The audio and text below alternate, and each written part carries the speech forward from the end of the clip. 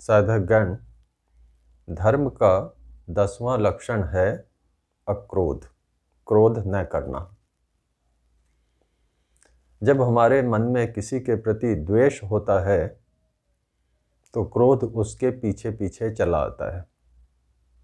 जब हमारे मन में अहंकार होता है तो जरा सी ठेस लगने पर वह क्रोध में बदल जाता है। हमें अपने जीवन से द्वेष को हटाना है, अहंकार को हटाना है, क्रोध को हटाना है। महाभारतकार कहते हैं, यह समुत्पतितं क्रोधम अक्रोधेन निरस्यति देवयानी विजानीहि तेन सर्वमिदं जितम्। जो मनुष्य उत्पन्न हुए क्रोध को अक्रोध के द्वारा अपने में से निकाल फेंकता है, उसने सबको जीत लिया ऐसा मानो। यह संधारयते मन्युम योतिवादांस्तितिक्षते यश्च तप्तो न भवति दृढ़म अर्थस्य भाजनम। कहते हैं, धन का सच्चा अधिकारी कौन है, ऐश्वर्य का सच्चा अधिकारी कौन है? जो क्रोध को रोक लेता है, जो क्रोध को रोक लेता है, जो निंदा और व्यंग भरे वचनों को सहन कर लेता है तथा जो संतप्त नहीं होता। महाभारतकार आगे कहते हैं, यो यजेत अपरिश्रांतो मासी मासी शतम समाह न क्रुध्येत यश्च सर्वस्य तयो अक्रोधनोऽधिकः।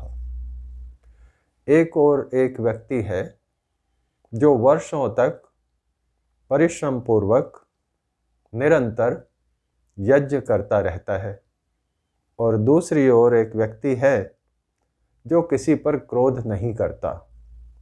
कहते हैं, इन दोनों में क्रोध न करने वाला व्यक्ति अधिक अच्छा है। क्रुद्धम पापम न कुर्यात् कः क्रुद्धो हन्यात् गुरूनपि क्रुद्धः परुषया वाचा नरः साधून् अधिक्षिपेत्। जब व्यक्ति को क्रोध होता है तो उसे जान नहीं रहता, और जब जान नहीं रहता तो वह कोई भी कुकर्म कर सकता है, कोई भी कठोर वचन बोल सकता है, कुछ भी कर सकता है। तो कहते हैं, कौन ऐसा मनुष्य होगा जो क्रुद्ध होने पर पाप न कर बैठे। क्रोधी अपने गुरुजनों को मार सकता है, अपनी कठोर वाणी से सज्जनों पर भी आक्षेप लगा सकता है। क्रोध से विद्या का हनन हो जाता है, और जब विद्या का हनन हो जाता है तो हमें ये पता नहीं रहता कि इसके बोलने से, इस शब्द के बोलने से हमें क्या हानि होगी, हमें क्या लाभ होगा। इस कर्म को करने से हमें क्या लाभ होगा और क्या हानि होगी। क्रोध में किया गया कोई भी कार्य सही नहीं हो सकता। महर्षि वाल्मीकि कहते हैं, वाचा वाच्यम प्रकुपितो न विजानाति कर्हिचित् न कार्यमस्ति क्रुध्यस्य न वाच्यम विद्यते क्वचित्। क्रोधी मनुष्य को क्या कहना चाहिए, क्या नहीं कहना चाहिए, इस बात का विवेक नहीं रहता। क्रोधी मनुष्य के लिए कोई कुकर्म नहीं जिसे वह न कर बैठे, ऐसा कोई वचन नहीं जिसे वह न कह बैठे। हमने अपने जीवन में भी देखा होगा और अपने स्वयं भी हमने अनुभव किया होगा कि हम क्रोध में कई बार बहुत कटु वचन कह लेते हैं किसी को, और बाद में जब क्रोध शांत होता है तो हमें अपनी गलती का एहसास होता है और हमें लगता है कि हमने कुछ ज़्यादा बोल दिया, इतने कटु वचन नहीं कहने चाहिए थे। लेकिन शब्द तो निकल गए, और जो शब्द का घाव सामने वाले को होना था वो तो हो गया। तो साधकगण, सोच समझकर बोलना है तो क्रोध को दूर रखना पड़ेगा।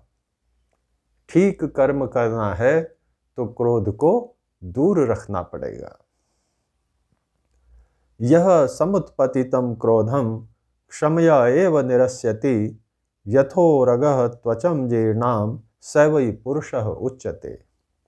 कहते हैं अच्छा मनुष्य कौन है या मनुष्य कौन है जो क्रोध को क्षमा के द्वारा दूर हटा देता है। जो क्रोध को क्षमा के द्वारा दूर हटा देता है वह सच्चा मनुष्य है। क्षमा का भाव यदि मन में होगा तो क्रोध में कमी आएगी, और यदि अहंकार का भाव मन में ज्यादा होगा तो क्रोध में अतिरेक होगा, क्रोध बढ़ेगा और ज्यादा क्रोध आएगा।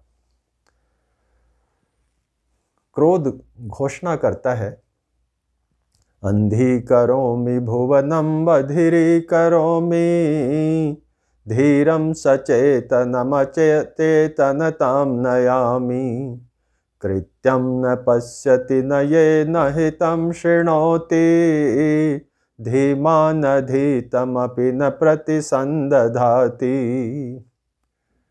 क्रोध कहता है मैं जगत को अंधा व बहरा बना देता हूं, चेतनवान धीर पुरुष को भी जड़ सा बना देता हूं। न तो मनुष्य अपने कर्तव्य को देख पाता है और न ही हित की बात सुनता है और न ही स्मरण कर पाता है।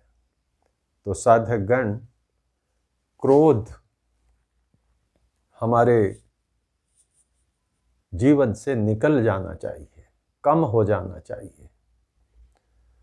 क्रोध हमारे कर्मों को खराब करता है, क्रोध हमारी वाणी को दूषित करता है, क्रोध से हमारा दैनिक व्यवहार अच्छा नहीं रहता और क्रोध से सामाजिक संबंध भी बिगड़ते हैं।